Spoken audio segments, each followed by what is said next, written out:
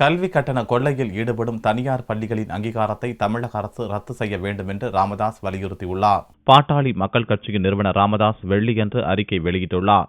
அதில் தமிழகத்தில் 2016-2017 கல்வியாண்டுக்கான பாட வகுப்புகள் துவங்கியுள்ள நிலையில் கல்வி கட்டண கொள்ளை குறித்த புகார்களும் மலை போல குவிய துவங்கியுள்ளது. இவற்றின் மீது நடவடிக்கை மேற்கொள்ள வேண்டிய தமிழக அரசு கைகாட்டி வேடிக்கை பார்ப்பது கண்டிக்கத்தக்கது என்றும் கூறியுள்ளார். தனியார் பள்ளிகள் அளவுக்கு அதிகமாக கட்டணம் வசூலிப்பதால் ஏழை மற்றும் நடுத்தர குடும்பங்களைச் சேர்ந்த மாணவர்கள் கட்டணம் கட்ட முடியாமல் படிப்பை பாதியில் நிறுத்தும் நிலைக்கு தள்ளப்பட்டு உள்ளனர் என்றும் தெரிவித்துள்ளார். கல்வி பெறும் உரிமை சட்டத்தின்படி இலவசமாக நிரப்பப்பட வேண்டிய 25% இடங்களும் முறையாக நிரப்பப்படவில்லை என்றும் ராமதாஸ் குற்றம் சாட்டியுள்ளார்.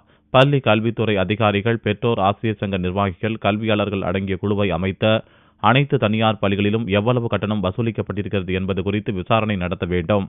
கடந்த ஆண்டுக்கான கட்டணத்தை விட அதிகமாக வசூலித்த பள்ளிகளின் அங்கீகாரத்தை தமிழக அரசு ரத்து செய்ய வேண்டும் என்றும் ராமதாஸ் வலியுறுத்தியுள்ளார்.